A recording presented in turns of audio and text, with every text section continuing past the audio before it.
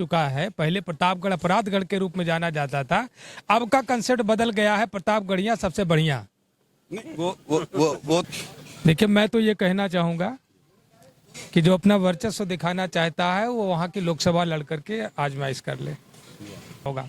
रावण के राज में भी सीता का हरण हुआ था, लेकिन सीता मैया के साथ वो व्यवहार नहीं हुआ था जो आज हम नारियों की जिनकी पूजा करते हैं। मंत्री के लिए ये बातें शोभा नहीं देती है कि जिसका सरेआम एक भीड़ के साथ आप देख रहे हो कि दो महिलाओं को निर्वस्त्र करके घुमाया जा रहा है। विक्रम सिंह, मैं समाजवादी पार्टी के सामने खड़ा हूँ। यहाँ आज राष्ट्रीय अध्यक्ष अखिलेश यादव जी के यहाँ कुछ विधायकों की बैठक थी, उसी में से विधायक जी हैं। विधायक जी से ही परिचय जान लेता हूँ। विधायक जी का क्या परिचय है? जी, क्या परिचय है सर आपका? मैं डॉक्टर R.K. वर्मा, विधायक रानीगंज प्रतापगढ़ से। प्रतापगढ़ का नाम सुनते ही तो रोए खड़े हो जाते हैं लोगों के, क्योंकि प्रतापगढ़ तो बड़ा ही सेंसिटिव जोश की अनुभूति होनी चाहिए। नहीं, जोश की अनुभूति होनी चाहिए, लेकिन प्रतापगढ़ जो है आपका तो राजा भैया के नाम से जाना है। नहीं, वो पुराना जमाना रहा है, अब का दौर बदल चुका है। पहले प्रतापगढ़ अपराधगढ़ के रूप में जाना जाता था, अब का कंसेप्ट बदल गया है, प्रतापगढ़िया सबसे बढ़िया। नहीं, वो तो राजा भैया भी कहते हैं, अखिलेश जी भी कहते हैं प्रतापगढ़िया सबसे बढ़िया। लेकिन वहाँ जो प्रॉब्लम आपके क्राइम, देखिए, आप क्राइम का रिकॉर्ड आप ले लो, उत्तर प्रदेश के सभी जनपदों का आप जब आंकड़ा निकालेंगे तो आपको लगेगा कि यह बदनाम शुदा जनपद जो पहले अपराधगढ़ के रूप में जाना जाता था, अपराध की सुर्खियां हमेशा चर्चा में हुआ करती थी, अब वहाँ का आंवला सुर्खियां में तोड़ता है। अच्छा, ये बताइए, आपके जिला अध्यक्ष हैं छविनाथ जी, तो हम तो बराबर प्रतापगढ़ के निगाह रखे हुए हैं। मुझे लग रहा है कि सबसे ज़्यादा न्यूज मैंने जो है प्रतापगढ़ की चलाई हैं और उनके घर भी गया हूँ। आप बता रहे हैं कि वहाँ पे अपराध नहीं है और समाजवादी पार्टी को ख़त्म करने के लिए जो हमें वहाँ से लग रहा है छविनाथ जी को जेल भेजा गया, आप इसके बारे में क्या कहेंगे? देखिए, जो आपने पर्सनल बात कही कि छविनाथ जी को जेल भेजा गया, उनके ऊपर कुछ मामले पहले कूट रचना करके दर्ज हुए थे। अब जिस पर अगर मामला कोई न्यायालय में चला गया तो वह न्यायालय के अनुसार कार्रवाई उस पर होगी। इसके क्रम में उनको जेल भेजा गया है, लेकिन समाजवादी पार्टी इतनी कमज़ोर नहीं है। समाजवादी पार्टी भारतीय जनता पार्टी के कुशासन के खिलाफ लड़ने में विश्वास करती है। समाजवादी पार्टी का एक एक कार्यकर्ता समाजवादी पार्टी के लिए लड़ेगा और समाजवादी पार्टी जीतेगी। भारतीय जनता पार्टी का सफाया वहां से होगा। एक व्यक्ति को जेल भेज देने से समाजवादियों का हौसला नहीं टूटता है। नहीं सर, वहाँ भारतीय जनता पार्टी आपके तो है ही नहीं। भारतीय जनता पार्टी के निकाय चुनाव में कार्यकर्ता मारे गए, पीटे गए, किस तरह से पीटे गए, मैं वहाँ मौजूद था, मैंने न्यूज भी चलाई है। उसके बाद भी भारतीय जनता पार्टी की वहाँ सुनी तो भारतीय जनता पार्टी तो वहाँ है ही नहीं। आपके जनपद में भारतीय जनता पार्टी का अस्तित्व तो है ही नहीं बिल्कुल, वो तो मुझे खुद पता है। वहाँ तो राजा भैया की चलती है। छविनाथ जेल चले गए हैं, गुलशन सिलेंडर हो गए हैं, वहाँ जो भी लोग थे, जब सारे लोग सिलेंडर हो गए तो आप अकेले 2024 में कैसे क्या गुल खिलाएंगे वहाँ? हम जीत के तो आए, हमारे साथ और मेरे भाई जीत के तो आए। आप ये कैसे कह सकते? भारतीय जनता पार्टी केवल एक सीट जीती है, और जिसकी बात आप कर रहे हैं जनसत्ता दल लोकतांत्रिक, उनकी 2 सीटें हैं। 2 सीटें समाजवादी पार्टी की है, 1 सीट अपना दल की है, 1 कांग्रेस की है। तो अगर आप देखेंगे तो अभी मैं ये जानना चाहता हूँ आपसे, मैं क्या राजा भैया का वर्चस्व कम हुआ कि नहीं प्रतापगढ़ में, प्रॉपर प्रतापगढ़ में? देखिए, मैं तो ये कहना चाहूंगा कि जो अपना वर्चस्व दिखाना चाहता है वो वहां की लोकसभा लड़ करके आजमाइश कर ले,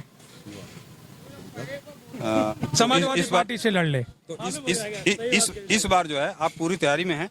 तैयारी में तो आप 2022 में भी थे, काफी तैयारी में थे, लेकिन गुलशन यादव को जिस तरह से हम देखे हैं डिफीट देगा, वहाँ कार्यकर्ता जिस तरह मारा गया, जिस तरह पीटा गया, बहुत सी प्रॉब्लम हुई।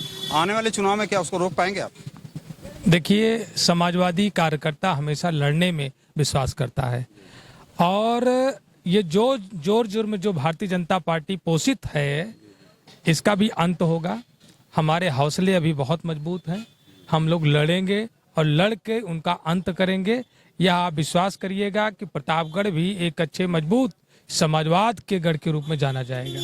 और पूरे उत्तर प्रदेश का आम आवाम जिस तरीके से महंगाई से, बेरोजगारी से, कानून व्यवस्था के नाम पर आप देख रहे हो कि मोदी जी रामराज की वकालत करते हैं, माननीय योगी जी रामराज की वकालत करते हैं, और इस रामराज में ऐसा विविध स्वरूप आज तक इस देश ने कभी नहीं देखा होगा, दुनिया ने नहीं देखा होगा। रावण के राज में भी सीता का हरण हुआ था, लेकिन सीता मैया के साथ वो व्यवहार नहीं हुआ था जो आज हम नारियों की जिनकी पूजा करते हैं उनको निर्वस्त्र करके घुमाया जा रहा है। ये रामराज का चेहरा देख करके पूरी दुनिया शर्मसार हो रही है। मोदी जी तो कह रहे हैं बंगाल में नहीं दिख रहा, बंगाल में भी ऐसी घटनाएं हो रही है। असम जान के चुके हैं हमारा बीजेपी का राज्य, इसलिए उसको एक संवैधानिक पद पर बैठे हुए व्यक्ति को इस तरीके की बातें करना शर्मसार करने वाली बात है। मैं इसकी घोर निंदा करता हूं कि एक संवैधानिक पद पर बैठा हुआ व्यक्ति वो अपराध छुपाने के लिए दूसरी ओर इंगित करने का काम करे। मीडिया ने तो हमें नहीं दिखाया, सोशल मीडिया ने तो नहीं दिखाया। उनके कूट रचना करने वाले लोगों ने कुछ षड्यंत्र करके जरूर हो सकता है कुछ इमेज बनाई हो, लेकिन एक प्रधानमंत्री के लिए ये बातें शोभा नहीं देती है कि जिसका सरेआम एक भीड़ के साथ आप देख रहे हो कि दो दो महिलाओं को निर्वस्त्र करके घुमाया जा रहा है, जब जायदाद पर कब्जा कराने का प्रयास करा रहे हो, कुकी समाज के लोगों के वहां के नागा आदिवासियों की जमीनों पर कब्जा कराने का षड्यंत्र किया जा रहा है, जिसको वहां की प्रदेश सरकार और केंद्र सरकार ने उनको आदिवासी बना करके उनकी जमीनें हथियाने का काम किया जा रहा है। इसलिए उन लोगों ने विरोध किया और आज उनके साथ अन्याय अत्याचार किया जा रहा है। ऐसा स्वरूप इस देश ने, पूरी दुनिया ने कभी नहीं देखा होगा। और पूरी दुनिया का आप आईना दिखाते हो, पूरी दुनिया की मुझे एक तस्वीर दिखा दो जहां पर हजारों हजार की भीड़ महिलाओं को नग्न करके घुमाने का काम करती हो। शर्म आती है ऐसे देश के नेतृत्व कर्ताओं पर, ऐसे देश के शासकों पर। इसलिए ये बातें आपने छेड़ दिया, इसलिए मैंने कहा कि ऐसा स्वरूप आज तक किसी ने नहीं देखा। इसलिए पूरे देश का आम आवाम, इस देश में जो कानून व्यवस्था खत्म हो चुकी है, लोकतंत्र जो खत्म किया जा रहा है, संविधान जो खत्म किया जा रहा है, इस देश का आम आवाम, इंडिया और उत्तर प्रदेश का आम आवाम पीडीए को वोट दे करके। मीडिया में एक और वायरल हो रहा है कि इंडिया के नाम से आप लोगों को FIR हो गई, ऐसा कुछ हुआ है क्या? इंडिया के नाम से FIR कौन कर सकता है? उनके लोगों ने बड़ा सोशल मीडिया में लिखा कि अरे ये तो विदेशियों का दिया हुआ शब्द है। मैं पूछना चाहता हूं, नरेंद्र मोदी जी से पूछना चाहता हूं, सेंट्रल विस्टा क्या है? क्या है सेंट्रल विस्टा? भारत की धरोहर, भारत की संसद। भारतीय शब्द नहीं मिले, हिंदी के गरिमामयी शब्द नहीं मिले। ये क्या है? ये विदेशियों की दी हुई चीज नहीं है। ऐसे लोगों से मैं कहना चाहूंगा कि झूठ की बुनियाद पर अफवाह फैलाना बंद करो। हम भारतवासी हैं, भारत के लड़ते हैं, भारत के सम्मान के लड़ते हैं और इंडिया जीतेगा, एनडीए हारेगा।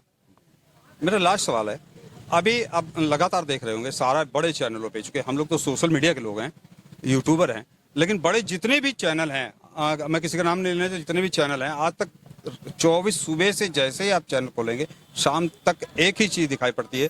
किसी चैनल पे बिजली की, बेरोजगारी की, किसानों के मुद्दों की, जबकि बहुत से मुद्दे देश में हैं। बहुत लोग महंगाई से परेशान हैं, बिजली से परेशान है, किसान अभी नहरें में देख रहा हूँ नहीं चल रही है, नहरों से परेशान है। लेकिन एक ज्योति मौर्य और एक सीमा हैदर के अलावा क्यों ऐसा किया जा रहा है? केवल चैनलों पे यही क्यों चल रहा है और मुद्दे क्यों नहीं चल रहे? मुझे खुशी है कि आप जैसे लोग मीडिया में जिंदा हैं। बाकी स्टेट और नेशनल चैनल के लोग, उनका जमीर मर चुका है। देश की समस्याएं उनके आईने से गायब हो चुकी है। वो किसी सत्ता की दलाली करने का काम करते हैं, उनका केवल महिमा मंडन करने का काम करते हैं। देश में अन्याय अत्याचार हो रहा, जुर्म हो रहा है, उस पर से पर्दा उठाने का काम नहीं करते, उसकी ओर कभी चर्चा कराने का काम नहीं करते, कभी महंगाई पर चर्चा कराने का काम नहीं किया। 160 रुपए किलो टमाटर बिक गया, इस मीडिया ने नहीं दिखाया। नहीं, आपके तो कुछ लोगों ने प्रदर्शन किया था बनारस, उनको जेल भेजा गया, अच्छा काम तो किया है। नहीं, हाँ, ये इनकी जेल से हम लोग डरने वाले लोग नहीं हैं। भारतीय जनता पार्टी के कुकृत्यों से पर्दा उठाने का काम करते रहेंगे, इनके जेल भेजने से डरने वाले नहीं है। 2024 में हरा करके इनको सफाया करने का काम करेंगे। दोस्तों, आप देख रहे हैं, फिलहाल मैं तो सोच रहा था कि प्रतापगढ़ में कहीं डर और भय व्याप्त हो गया होगा, लेकिन जिस तरह से मैं तो लगातार प्रतापगढ़, आप मेरे चैनल पर, विक्रम सिंह, नमस्कार जी।